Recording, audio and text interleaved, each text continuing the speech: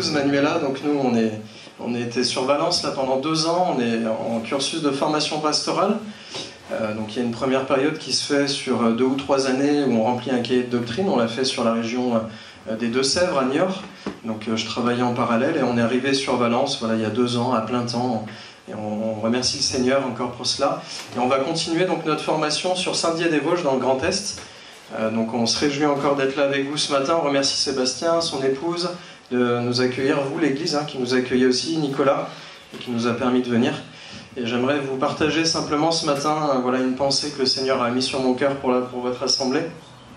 Le titre ce matin du message, c'est que nous avons un Père qui nous voit et qui nous entend. Aujourd'hui, c'est un jour un peu particulier puisque là, c'est la fête des pères. Donc, on va parler du Père justement ce matin et on a entendu à travers la louange justement, nos frères et sœurs nous ont conduits à justement pouvoir considérer l'amour justement d'un Père qui nous aime. Et peut-être que ce matin, certains ne vivent pas encore cette relation-là pleinement avec un Dieu qui serait comme vraiment un Père. Et le Seigneur veut vous encourager à franchir une étape, à passer un cap et à revenir à cette chose toute simple. Il est bon, je crois, de se rappeler ce matin que nous avons un Père, justement, qui nous voit et qui nous entend. Et si nous pouvons manquer de l'attention d'un Père, peut-être sur terre, Dieu, lui, est toujours là, bien disposé, disponible, sans défaut. Moi, je suis père de 2 enfants et il y a des jours où on est bien, il y a des jours où on est un petit peu plus travaillant, on n'est pas parfait, mais lui, dans le ciel, le Père Céleste, lui, est parfait. Lui ne change pas. Et il désire toujours nous parler, nous conseiller, nous diriger et avoir ce rôle de Père, justement, dans notre vie.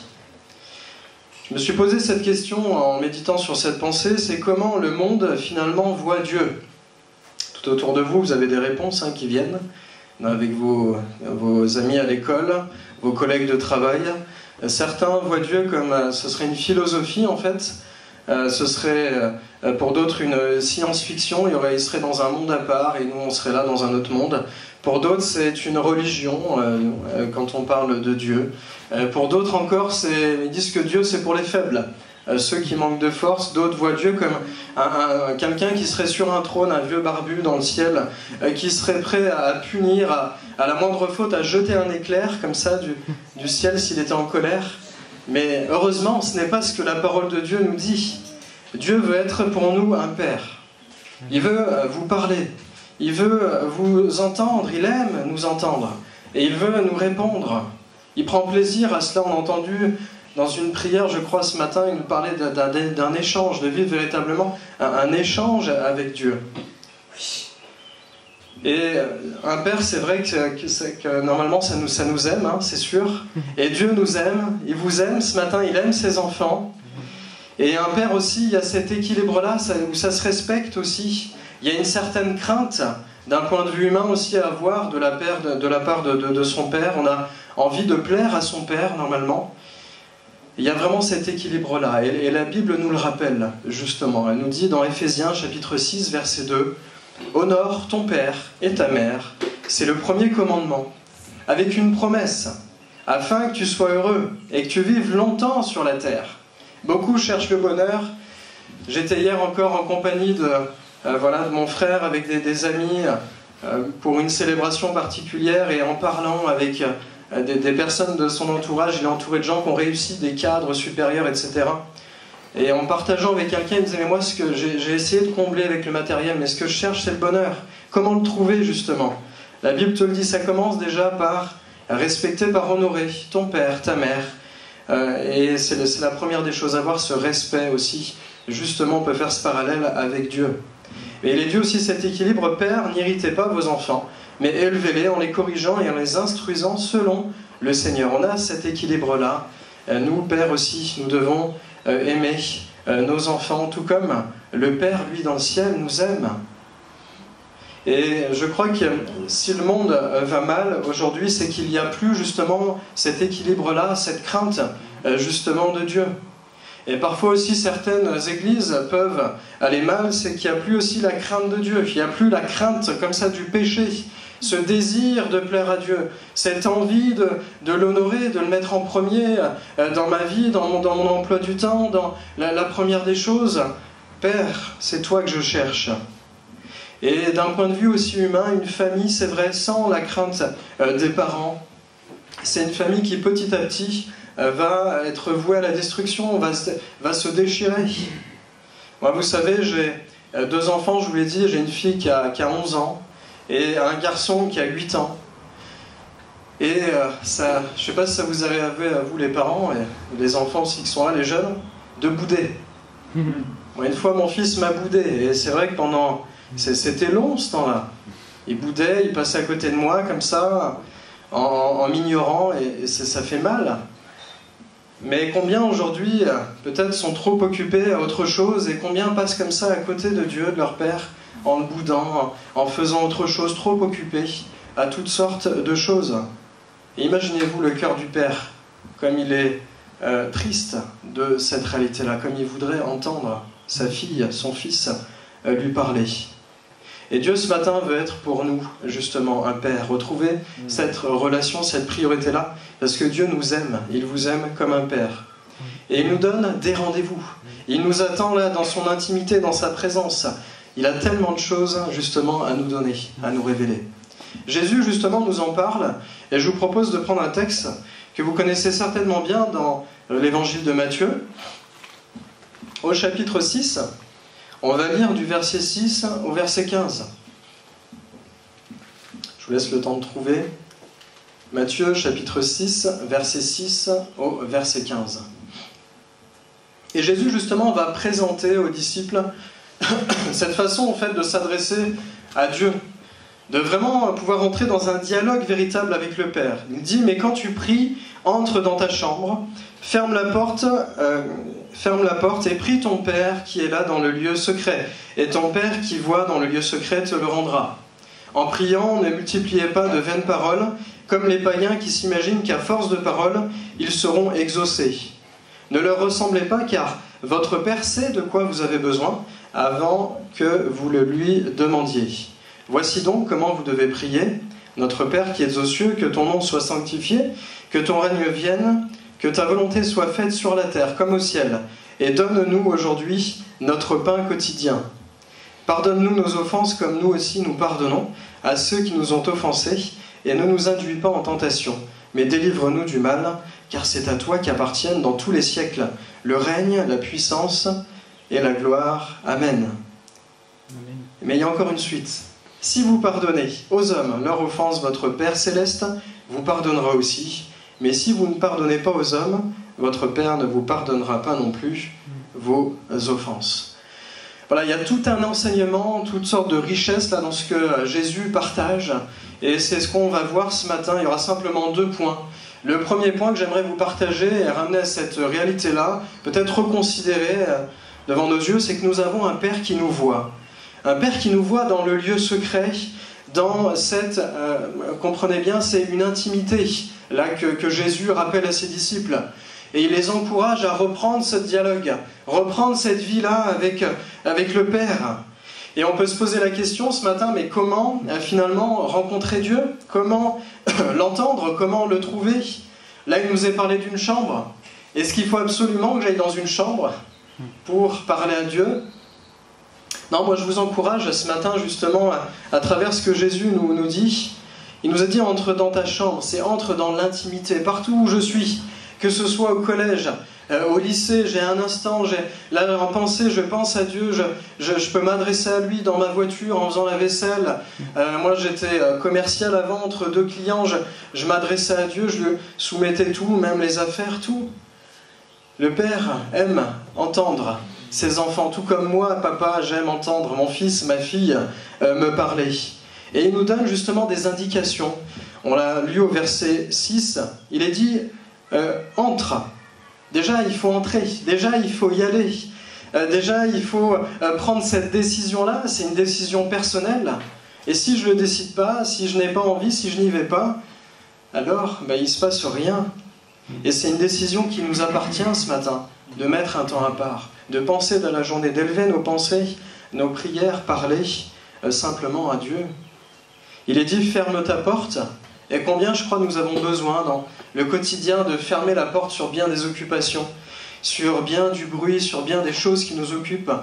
Pour certains moments de la journée, je ne sais pas vous, mais ça peut être des mauvaises pensées qui viennent, ça peut être toutes sortes de foules de problèmes, ça peut être la souffrance aussi, la solitude, le doute, il y a tellement de choses, je crois, sur lesquelles nous avons besoin de fermer cette porte.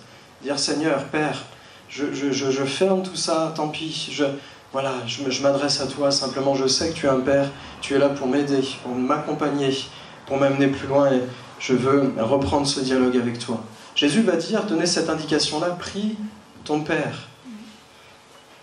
Et là, l'indication, vraiment, c'est un encouragement pour nous, frères et sœurs. Ça nous invite à lui parler, à pas simplement rester là dans une sorte de contemplation devant Dieu, ou juste là, être en attente, mais pouvoir lui dire avec des mots. Vous savez, Dieu peut tout entendre. Il peut entendre vos frustrations, il peut entendre nos doutes, il peut tout entendre. C'est un Père qui nous aime. Il n'est pas là pour nous condamner, pour nous juger, mais il est là justement parce qu'il aime nous entendre et nous aider, nous accompagner. N'aie pas honte ce matin d'adresser à ton Père tout ce que tu as sur ton cœur. Déverse, ouvre ton cœur à Dieu. Et j'aimerais encourager aussi peut-être quelques-uns qui sont timides. Jésus, à travers cette indication, nous dit de parler, d'y aller avec des mots.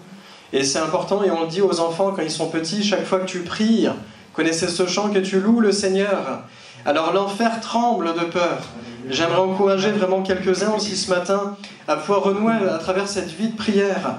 Et ça commence justement là, dans l'intimité, dans ton quotidien. Ça commence pas dans une grande assemblée, c'est difficile au départ. Je sais pas vous, moi en tout cas je l'ai vécu comme ça, j'ai vraiment du mal. Mais là, dans ta chambre, ça commence. Là, peut-être dans ta voiture, là où tu es, dans ce lieu-là, il n'y a pas besoin d'un séminaire, d'un coach ou quoi que ce soit, mais commence là, dans l'intimité, à louer Dieu. Et Jésus va dire, il te le rendra, le Père te le rendra. Comment il te le rendra ? Il va te répondre quand tu lui parles. C'est pas un monologue, on l'a entendu ce matin à travers une prière, c'est un échange que Dieu veut. Et c'est pas non plus dicter ses mots, comme ça dans la prière, mes vœux simplement, mais c'est aussi être à son écoute. Père, je te parle, je prends cette décision, voilà, je lève ce que j'ai sur mon cœur, je vais t'adresser des mots tout simples. Et j'aimerais encourager aussi certains qui peut-être dans des moments de prière se trouvent tellement avec des prières petites, moi c'est mon cas régulièrement, mais le Seigneur, il n'a que faire des longs discours, des longues prières. Vraiment, je vous encourage à pouvoir renouer quelques mots. Oh, qu'est-ce que ça réjouit le cœur du Père, et Dieu répond. Et nous voulons aussi nous tenir à son écoute. Vous savez, Dieu est simple, il est accessible à tous, il n'y a rien de compliqué avec Dieu. Mais c'est nous, souvent, qui nous mettons des barrières. Mais le Père aime entendre ses enfants lui parler. Jérémie, chapitre 29, verset 13, nous dit « Vous me chercherez et vous me trouverez si vous me cherchez de tout votre cœur. » C'est là aussi simple que ça, une disposition de cœur. Moi, j'étais ado... je me rapprochais de Dieu, j'avais fait toutes sortes de mauvaises expériences, j'étais parti vraiment dans le monde, dans des choses vraiment abjectes, dans le trafic de cannabis, j'étais dans des fêtes continuelles, j'étais entouré de plein de monde et j'avais l'impression que le bonheur allait venir dans ces choses-là. Et je me suis interrogé sur la vie après la mort, s'il y avait quelque chose après. Et j'allais préparer mon sac pour aller voyager, faire le tour du monde. Et j'étais interpellé par le Seigneur, j'avais cette pensée de l'éternité. Et je me suis dit, est-ce que Dieu existe ? Et j'ai fait cette prière toute simple, j'ai parlé à Dieu. Je lui ai dit, si tu existes, révèle-toi à moi dans les 2 semaines qui arrivent. Et il a pu se révéler à moi, j'avais un souci dans le travail, forcément quand vous êtes dans la drogue, dans le cannabis, vous êtes instable, bancal, et le Seigneur a ouvert une porte. Il m'a permis de régler des choses qui n'étaient pas réglées depuis des années. Sur un espace de 2 semaines, il y a eu comme ça. Dieu s'est révélé à moi. Et au départ, je ne vous cache pas, je me suis dit dans mon cœur, c'est le fruit du hasard. Mais après, vous savez, j'ai fait ce pas de venir à l'église. Et là, vous êtes au bon endroit ce matin. Dieu vous cherche. Dieu vous aime. Dieu désire transformer votre vie. Il désire vous faire entrer dans un avenir, dans une espérance, quelque chose d'extraordinaire. Et c'est ce que j'ai pu vivre. Après, il a reconstruit ma vie. J'ai rencontré mon épouse, il m'a donné un travail stable, et même je suis devenu vendeur automobile, j'étais mécanicien avant, je n'aurais pas pensé comme ça vivre ces choses-là. Mais Dieu est merveilleux. Il est un Père qui veut nous conduire dans tellement de choses. Ne perds plus de temps ce matin. Donne ton cœur au Seigneur. Ta vie ne t'appartient pas. Alléluia. Et Dieu est là ce matin et il nous attend justement. Et combien, je crois, il est vrai, il faut être réaliste, combien de lapins on a pu lui mettre à Dieu? Combien de rendez-vous on a manqué alors qu'il nous attendait? Ça, c'est des histoires de priorité. On a choisi autre chose. Et pourtant, il était là. Il nous voyait, il était là, il nous attendait dans ce lieu-là. Prêt à nous répondre, prêt à nous donner cette direction, prêt à nous réconforter. Et combien, je crois que, c'est vrai, certains veulent que Dieu les exauce, veulent une vie qui soit féconde, bénie, mais ne comprennent pas que justement ça commence dans ce lieu secret, ce que Jésus décrit, dans ce lieu où Dieu est proche de nous, et où il veut justement se faire connaître à nous. Il désire tellement justement nous donner. La direction que tu attends, elle va être justement dans cette intimité-là. Elle va être là dans la présence de Dieu. Dans l'Église aussi, justement, il nous est dit que c'est là qu'il envoie la vie, la bénédiction. Moi, quand je me suis approché de Dieu, je vous ai dit, j'étais jeune, ma vie était en train de se reconstruire. Et dans le groupe de jeunes, il y avait un jeune qui avait donné son cœur au Seigneur. Il m'a encouragé à pouvoir partir dans la vente. Pour moi, c'était pas possible. J'avais une grande timidité. Je me sentais tellement nul. J'étais vraiment tombé très bas, j'avais plus aucune confiance en moi. Et le Seigneur m'a conduit à travers ce frère, vous voyez, ce jeune qui avait donné son cœur à Dieu. J'ai rencontré ma femme aussi dans le groupe de jeunes, vous voyez, le Seigneur veut nous diriger, il veut nous bénir. On n'avait pas d'enfant avec Manuela, et je me souviens de ce jour où je me suis réfugié dans la chambre. Ma femme pleurait, ça faisait 2 ans, c'était difficile. Et moi, je ne savais pas quel mot lui donner, même si mon cœur était à Dieu, j'aime la parole. Et dans ce lieu-là, dans la chambre, il m'a révélé le psaume 128. Et j'ai eu cette certitude, je suis sorti de la chambre, j'étais comme, je sais pas, un animal qui saute là.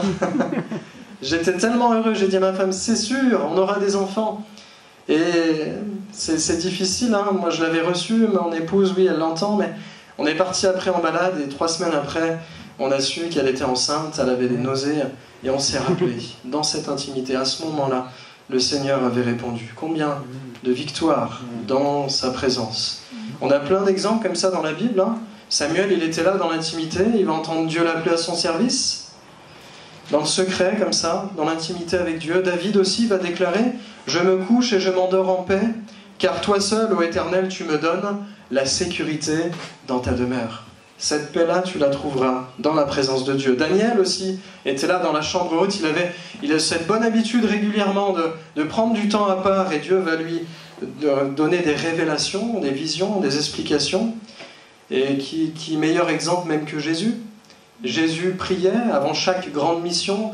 Vous relirez, quand vous ouvrez votre Bible, la multiplication des pains. La veille, qu'est-ce que faisait Jésus? Il se tenait dans un lieu à part. Il priait le Père. Avant de pouvoir appeler ses disciples, avant, vous regarderez, à chaque fois, il y avait cette habitude-là, ce rendez-vous-là. Jésus ne le manquait pas et il nous montre justement la voie. Et il nous enseigne et nous rappelle que nous avons un Père qui nous voit dans le lieu secret, dans cette intimité. Le deuxième point que j'aimerais vous partager ce matin, le dernier point, c'est que nous avons un Père qui nous entend dans le lieu secret, et j'ai pu vous le partager un petit peu aussi. Et dans cette intimité-là, mais comment prier justement? Comment s'adresser à lui? Et Jésus le dit, en priant, ne multipliez pas de vaines paroles, comme les païens qui s'imaginent qu'à force de paroles, ils seront exaucés. Je crois que nous devons réaliser aussi, lorsque nous nous adressons à Dieu, réaliser ce que nous demandons aussi à Dieu. C'est important. Nous pouvons nous adresser à lui simplement, mais parfois nous pourrions rentrer comme dans des routines. Moi, j'ai entendu dans certaines assemblées comme des formules. Je te plonge dans le sang de Jésus, des choses comme ça, et on rentrerait comme des routines, comme là, cette prière qu'on connaît bien, que le monde catholique s'approprie comme un rituel, comme si c'était une formule qu'il fallait adopter. Non, ça va plus loin que ça. Ça va plus loin que ça. Et on l'a dit tout à l'heure, Dieu entend nos cœurs. Voilà ce qui compte, nos cœurs. Quelques mots, une prière, quelque chose qui jaillit. Et justement, Jésus nous laisse un exemple. Il dit, voici comment donc vous devez prier. C'est pas un rituel, il dit, notre Père qui est aux cieux. Rien que ça, déjà, moi, ça me parle. Il n'a pas dit notre Dieu qui est aux cieux. Mais il dit, non, notre Père qui est aux cieux. S'il avait dit notre Dieu, là, on serait dans une religiosité. Mais il dit notre Père, ça nous parle justement de cette intimité. Est-ce que nous réalisons, lorsque nous sommes là, que nous parlons à Dieu, que nous parlons justement à notre Père? C'est notre Père. Et nous sommes ses enfants, on n'est pas enfants de n'importe qui. On a un Père qui nous aime et qui veut conduire notre vie, nous diriger. Certains ont pour père des grands hommes, des politiciens, un président. On s'imagine, waouh, ça doit changer ta vie, ça. Mais nous, on a le Créateur, on a le Père, celui qui peut tout, justement, dans ta vie. Et pourquoi est-ce qu'on s'adresse justement à notre Père? C'est tout simple, la Bible nous le révèle aussi, les réponses sont dans la Bible. Jacques chapitre 1, verset 17 nous dit que toute grâce, excellente, pas une petite grâce, une grâce excellente, et tout don parfait descende d'en haut du Père des Lumières, chez lequel il n'y a ni changement, ni ombre de variation. Et c'est pour ça, dans nos prières, que nous nous adressons à Dieu, nous adressons au Père parce qu'il nous entend, et ce n'est pas des paroles en l'air. Nous pouvons lui parler, et c'est pour ça que nous ne nous adressons pas à des statues, nous ne nous adressons pas à des saints, nous ne passons pas par un autre chemin, mais nous prions le Père. Et notre prière, vous savez, elle a autant de valeur qu'un évangéliste ou qu'un pasteur, ou que, voilà. Combien on entend souvent, pasteur, priez pour moi, priez pour cette situation-là. Mais j'aimerais vous dire que le Père vous entend, vous êtes son enfant. Vous êtes son fils, vous êtes sa fille. Et si vous repreniez cette bonne habitude, si on reprenait cette habitude-là de s'adresser à lui, faites cette expérience et témoignez après à l'Église de ce que Dieu a fait dans votre vie. Et Jésus, justement, le rappelle à de nombreuses reprises aussi que lorsque nous nous adressons au Père, Jean 14, 13, « Tout ce que vous demanderez en mon nom, je le ferai, afin que le Père soit glorifié dans le Fils. » Et c'est pour ça que quand nous prions, souvent nous terminons nos prières en disant « au nom de Jésus », et vous le savez. Mais pareil, on pourrait rentrer dans un rituel, une formule, faire notre prière au nom de Jésus, terminé. Non, mais je crois qu'on doit aller réaliser encore que quand je prie le Père, je m'avance vers lui de la part de son Fils, de la part de Christ. Et c'est pourquoi ma prière, elle est entendue. Et même si ça fait des années que je prie pour mes petits-enfants, pour une situation, des choses qui ne se débloquent pas, ayez cette assurance, cette confiance que justement, parce que vous approchez du Père, la prière est entendue. Et parfois, ça prend du temps. Peut-être qu'il y a des choses que je ne verrai pas de mes yeux. Abraham n'a pas tout vu, toutes les promesses. Mais pourtant, la promesse s'est accomplie. Et si Dieu dit que, justement, tes enfants seront au Seigneur, alors aie cette assurance dans ton cœur. Aie cette certitude, car le Seigneur fait toutes choses belles en son temps et il n'est jamais en retard. Alléluia. Amen. Il est dit au verset 10, ça m'a parlé aussi, Jésus dit que ton nom soit sanctifié. Et c'est beau de dire ça, que ton nom soit sanctifié. Mais on peut le dire de manière aussi tellement religieuse. Mais qu'est-ce que ça veut dire? Ça veut dire que tu sois pur, c'est sanctifié, c'est ça, sans tache. Mais où alors? Où est-ce que Dieu doit être sanctifié quand on adresse cette prière à Dieu? Ça va plus loin que des mots. Que ton nom soit sanctifié, Jésus nous dit, de prier ainsi. C'est dans ma vie, c'est dans ma famille, c'est dans l'Église. Ça veut dire ne pas tolérer le compromis, le péché, les demi-mesures, un pied dans le monde, un pied comme ça. On répète des chrétiens du dimanche, avec une façade. Mais je crois qu'il est bon de réaliser quand Jésus nous dit ça, que de prier ainsi. Nous qui portons son nom, on a dit tout à l'heure, c'est tellement facile de dire « je suis enfant de Dieu » comme une formule. Mais ça va plus loin que ça, frères et sœurs. Nous le représentons dans notre quotidien, premièrement auprès de notre épouse. Est-ce que son nom est sanctifié dans la maison, dans les discussions, auprès de nos enfants, auprès de nos collègues de travail? Est-ce qu'il voit Dieu sanctifier dans ma vie la pureté de ma bouche, de mes regards, de mes discussions? Est-ce que ça plaît à Dieu? Est-ce que ça sanctifie justement son nom? Et là, dans ces temps, tout ce que je traverse, est-ce que mes paroles, est-ce que c'est des paroles qui sanctifient, des paroles qui plaisent à Dieu? Ou est-ce que c'est de la médisance, des insultes, du mépris, du rejet pour mon collègue, pour ceux qui m'entourent? La Bible est claire aussi là-dessus. 2 Corinthiens chapitre 6, verset 16 nous dit « Quel rapport y a-t-il entre le temple de Dieu et les idoles? Car nous sommes le temple du Dieu vivant. Comme Dieu l'a dit, j'habiterai, je marcherai au milieu d'eux, je serai leur Dieu, et ils seront mon peuple. » Il y a une séparation justement avec le péché. Si dans le désert, la tente de la rencontre était à l'écart du peuple, c'est que c'était toute une symbolique. Il y avait cette réalité-là de se mettre à part, comme là dans l'intimité avec Dieu, comme dans la vie qu'on vit. Mon corps ne m'appartient pas, et dans ces temps d'été, de séduction, et toutes ces choses-là, nous voulons garder ça à l'esprit. Nous voulons être saints comme lui-même est saint. Nous sanctifier encore. Alléluia. Et garder cette réalité-là, cet enseignement que Jésus nous apporte. Verset 10, il nous est dit que ton règne vienne, que ta volonté soit faite sur la terre comme au ciel. Et nous pouvons dire, mais est-ce que c'est vraiment ce que nous pensons? Que sa volonté soit faite? Que son règne vienne? Est-ce que c'est vraiment ce que nous voulons dans notre vie? Là, ça ne nous parle pas de ma volonté, ta volonté, Seigneur. Ça ne me parle pas de mon désir, mais ce que lui, justement, veut, son règne. Et c'est tellement facile de se dire, oui, Seigneur, viens régner sur le cœur de mon voisin, il est tellement mauvais. Regarde mon collègue, il est tellement méchant, il est exécrable, il me fait tellement des misères. Viens régner, Seigneur, sur lui. Moi, c'est ce que j'ai dit il y a des années, c'était difficile. Je me souviens d'une situation de travail, je commençais dans la vente, je suis resté 12 ans dans la vente, 10 ans chez Renault. Et au début, j'arrivais comme ça, et le Seigneur est bon, il bénit ses enfants. Et là où il y a un chrétien, il y a la bénédiction, il y a la vie. Et rapidement, les résultats ont été là, le Seigneur a multiplié. Et j'avais un collègue qui n'était pas au Seigneur, qui était complètement l'opposé. Et là, c'était la guerre, c'était difficile. Il ne disait pas bonjour, c'était exécrable, c'était dur. Mais j'arrivais pas à prier pour lui, et le Seigneur m'a fait me mettre à genoux justement dans la chambre, de prier pour lui, de le bénir. Et j'y arrivais pas avec mes propres mots. Et c'est là où j'ai capitulé, j'ai demandé à Dieu de changer mon cœur, de me donner de l'aimer. Et à partir de ce moment-là, c'est marrant, mais les choses ont changé. Les choses ont été justement transformées. Que ton règne vienne, Seigneur. C'est tellement facile de le dire. Mais est-ce qu'on est prêt justement à ce qu'il règne sur notre vie, sur notre planning, sur nos finances, donner sa dîme, reprendre aussi cette réalité-là de l'obéissance, sur mes choix, sur mon service aussi pour lui, combien ne servent pas, ne servent plus, n'ont même jamais servi. C'est simple, vous savez, même faire le ménage, combien ça, c'est aussi l'obéissance, combien ça glorifie Dieu. Que ta volonté soit faite, nous l'avons dit. Suis-je prêt aujourd'hui à lui laisser les commandes, à ne pas résister, à ne pas m'opposer à ce qu'il me conseille, à le laisser me diriger dans ma vie?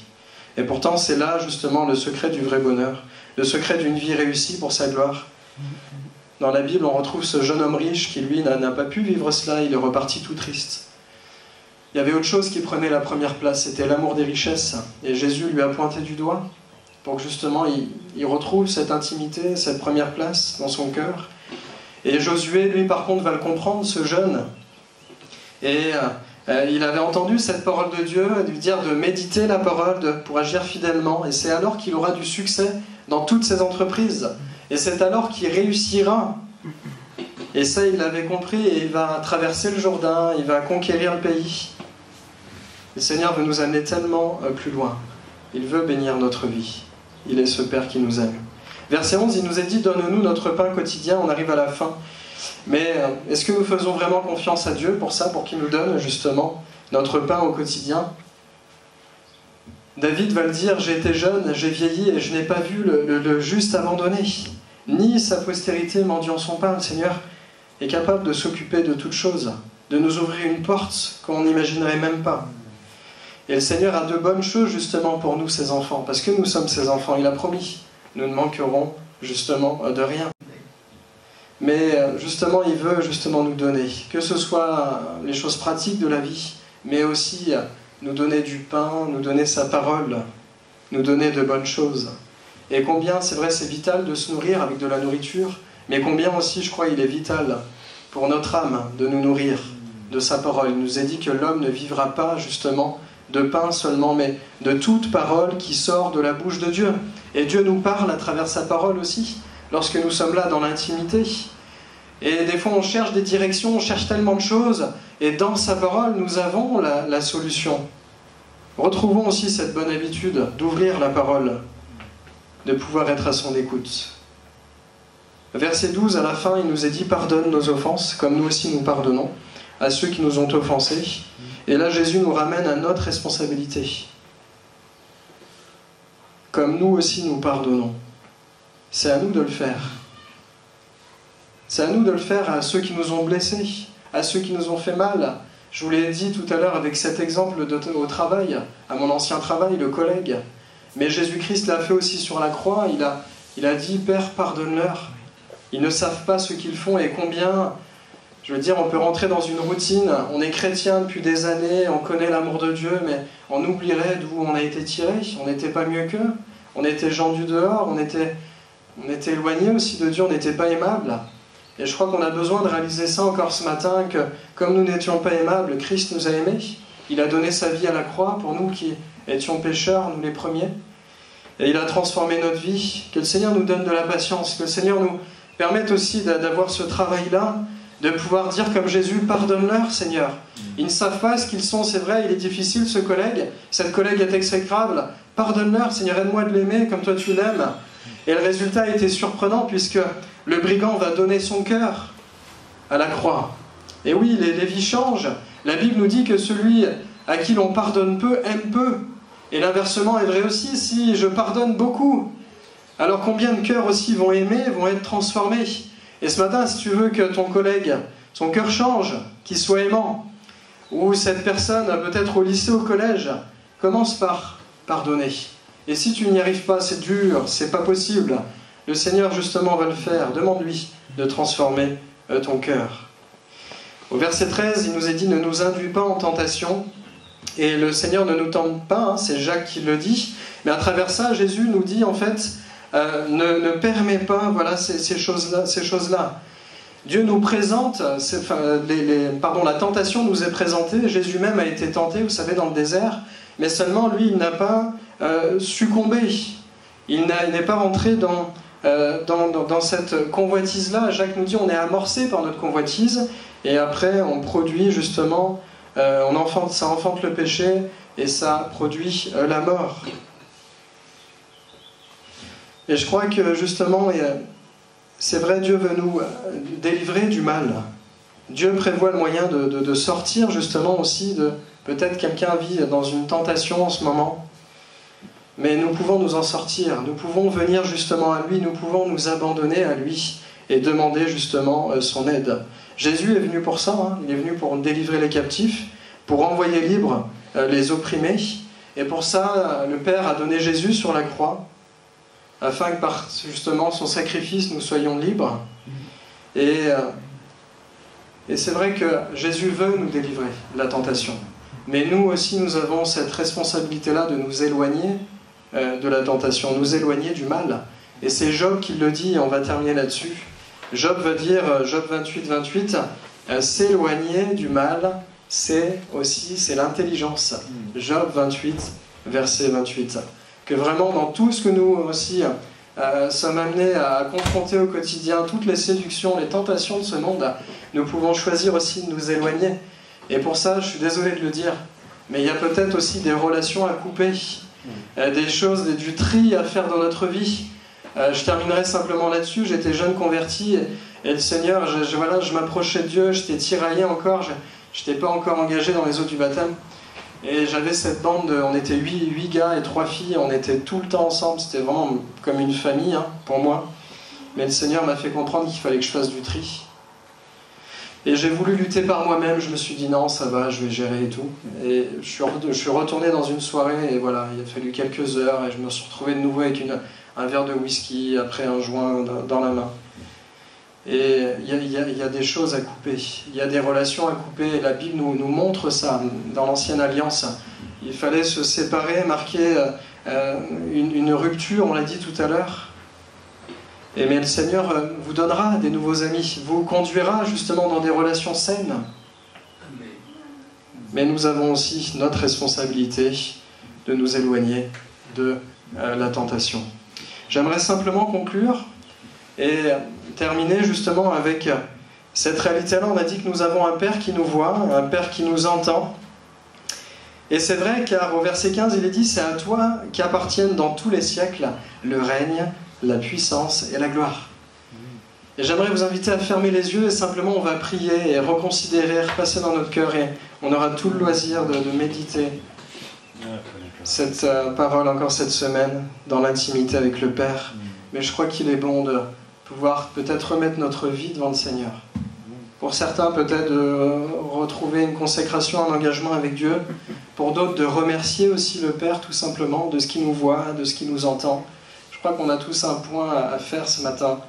Nous voulons lui laisser toute la place. Alléluia. Père, nous voulons encore louer ton nom, encore t'adorer, toi de qui descend toute grâce, tout don parfait. Je te remets, Seigneur, toute l'assemblée de Privas, les bien-aimés qui sont là, les familles représentées. Je te demande encore toute ta grâce, tout ton soutien. Seigneur, je te prie aussi pour ceux qui ce matin décident de te redonner la première place, ceux qui décident d'aller plus loin, qui décident de franchir cette étape-là, qui aspirent depuis des années à franchir une nouvelle étape. Je te prie, Seigneur, qu'il puisse y avoir des baptêmes du Saint-Esprit, Seigneur, dans l'assemblée de Privas, que ceux qui ne le sont pas puissent te demander. Tu dis dans la parole que tu donneras de bonnes choses, tu donneras le Saint-Esprit à ceux qui te le demandent. Et nous ne voulons pas marcher de manière défaitiste ou avec des forces en moins, mais prendre toutes ces grâces, toutes ces bénédictions, baptise du Saint-Esprit, renouvelle aussi par ton Esprit. Seigneur, donne des directions, Seigneur, nous te prions que vraiment tu puisses encore régner, Seigneur, et nous voulons te remercier pour cela. Merci, Père, parce que tu nous vois et tu nous entends au quotidien. Béni soit ton nom. Dans le nom de Jésus, Amen. Alléluia.